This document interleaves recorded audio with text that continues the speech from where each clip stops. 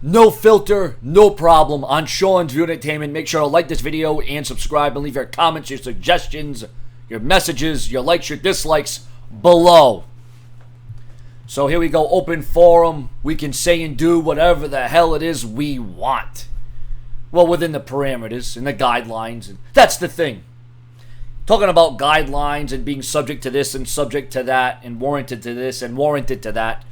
The WWE is subjecting its fans to being complacent, to being inconsistent, not delivering. And listen, this isn't nothing against the athletes, the superstars, the wrestlers, the performers, okay? I have my favorites. You have the ones that you say, well, they could be a little bit better. Well, they could improve. They could adjust. Listen, this is nothing against the WWE superstars because they go in there every single day, whether it be Raw, whether it be televised, whether it be a live event, whether it be untelevised, whether it be a pay-per-view, whether it be on the WWE network itself. They go out there and they perform and they outperform and they give you a show that you're going to remember and they give you matches that you'll be talking about with your friends tomorrow, next year, next week, well, whatever it may be, right? Just like last night on Raw, WWE gave us a great WWE World Heavyweight Championship match. But that's the thing.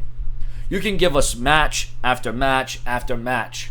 But when you're talking about the WWE in 2015, the storylines, the scripting, the manipulating, it's to a point where the WWE is a bit watered down. And listen, you're talking about a fan, and you're looking at a WWE fan that has never took a break, that has never went away, that never said, oh, well, you know what, WWE ain't being so good right now, so I'm going to take a goddamn break. No, I never took a break. I never turned a blind eye. Sure, I had my criticisms. Sure, I might have had my times where I was thinking, well, why am I watching? Because from week to week to week, sure, Raw can come through. There are some moments during Raw where, you know, it keeps you tuned in. It keeps you on the edge of your seat. But the thing is, it's not as pronounced. There's a lot of altering. There's a lot of deliberation. WWE is too protected. They're not taking that chance. These superstars not grabbing hold of that opportunity because of them being pushed back. Because of them facing the ramifications of, oh, well, will I get in trouble if I do this? Will I get in trouble if I do that? If I stand up for myself? And there's so much worry, there's so much trepidation. There's a lot of people backstage that are probably scared for their careers because they realize that the WWE is the #1 entity. Sure, there's other wrestling brands, but the WWE is the place to be. But you see, when you get wrapped up and you get entangled and you get twisted and you go into all kinds of directions and all kinds of turns, here is where the WWE needs to go back to the fundamentals. Because you don't see a storyline manifest and build and be organically built up and you get invested and interested. You don't, because the WWE doesn't give it enough time, or they go in a different direction, or they just drop it, or the WWE has no direction. You think you know where the WWE is going, but then all of a sudden, well, we've got to make things unpredictable, but they're making things unpredictable in a way that, well, isn't so must-see. You know, we can talk about the Attitude Era all day long. We can come on here and we can express our feelings, our thoughts. And yes, the storytelling back in the Attitude Era was a lot better than today, but today's wrestling is a lot better, but it's not wrestling that sells. It's the storylines. It's the story that gets told in the ring. It's the emphasis that you put on the angles.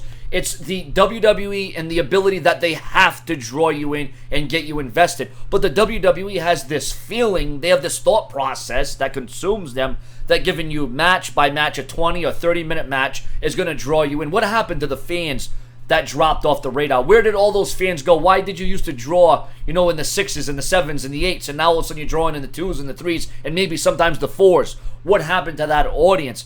Is it as simple as they grew up, or it became too predictable, or it became PG, or John Cena became the poster child? No, it's none of those things. It's because you don't have the characters. It's because you don't have the overwhelming storylines. It's because you've changed the script. It's because you've went in a different direction, or you're rewriting Raw as the show's going on.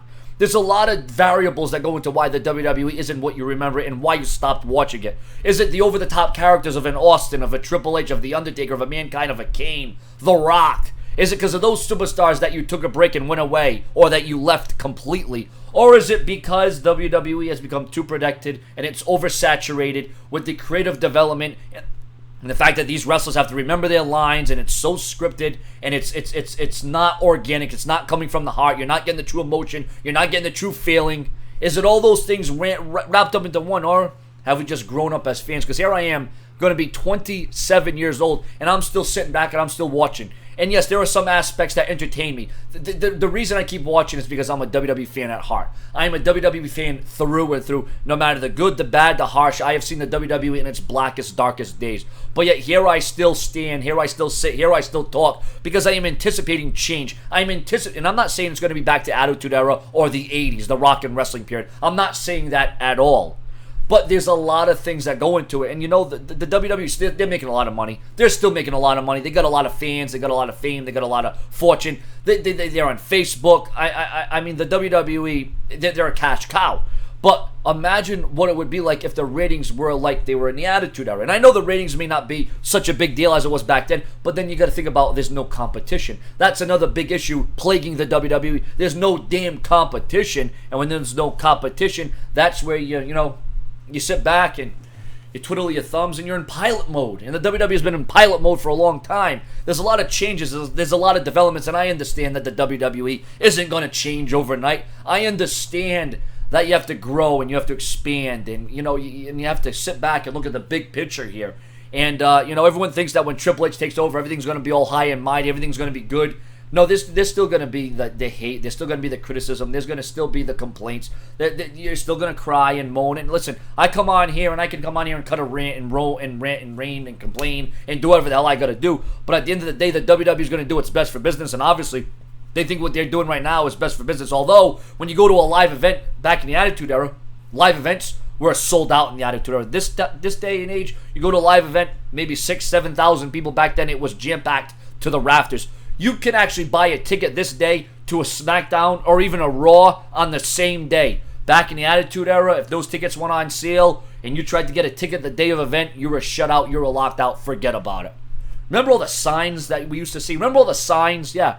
Where's all the signs? And not that I'm encouraging people to bring signs, because it does get to be a little nuisance. It does get annoying when someone's holding up a sign all night long. But what happened to all the signs? What happened to all the interaction? What happened from being on the edge of your seat? What happened to the days of where you couldn't wait to watch Monday Night Raw, where you would actually go to work and you would race, you would go 100 miles per hour? I remember when I used to work and I raced home to watch Monday Night Raw. And if you missed one Raw, you were completely lost and you were mad. You were actually agitated that you missed the WWE, that you missed Raw, and you actually started breaking down, or you started crying, or you started smashing walls, or you're like, oh my God, I miss Raw. Nowadays, if you miss Raw, you're not missing a whole hell of a lot, because it's match after match after match, being complacent, being inconsistent, not being dedicated to what truly brought you to the dance. And I don't know how people can say the WWE is evolving. Yeah, they're evolving on social media. They're getting involved. But the thing about it is there's a lot of aspects, there's a lot of differences. And I know the WWE is trying to go to its core audience, which, there's a lot of children, there's a lot of girls, there's a lot of mothers, there's a lot of older people, much older than me, that are watching, and they don't want this blood and violence and gore and steel chairs. Listen, I'm not asking for blood and gore and steel chairs. I'm not asking for a steel chair shot to the head. Listen, I'm all for the WWE having their protection and, watching out for concussions, and, the WWE trying to cut down on the superstars that are trying to use steroids or, drug testing. And the WWE are putting all these things in place, and that's good, because I definitely stand up for the WWE and their wellness policy and everything that they stand for and everything that they represent, because it's a PG brand. I understand this. They got to market themselves. They're in Walmart, they're in Target, they're in Toys R Us, okay, all these different things. But at the end of the day, with all the words I've said, with what I've run down right here in this very episode, I just want to make it known right now. I want to make it public that I am a WWE fan, but I'm not going to just sit back and be force-fed and accept everything that WWE has given us, unless I come on here and tell you exactly what it needs to be and how it needs to be. And right now, these are my problems. This is the things that are plaguing the WWE, and I don't see TNA or ROH or Lucha Underground stepping up to the plate to be competition, because when the WWE was good, they were being forced against the fence. The WWE had no other alternative. They were backed up against a fence, and when push came to shove, the WWE gave out a product. They hit out of the park. And the WWE right now, they're not hitting it out of the park. And there's a lot of variables that go into all the problems that are plaguing the WWE. But at the end of the day, this is SeanzView Uncensored, Unscripted, and Unedited. Your comments, your opinions. What is wrong with the WWE? Why did you stop? What will make you come back? Subscribe.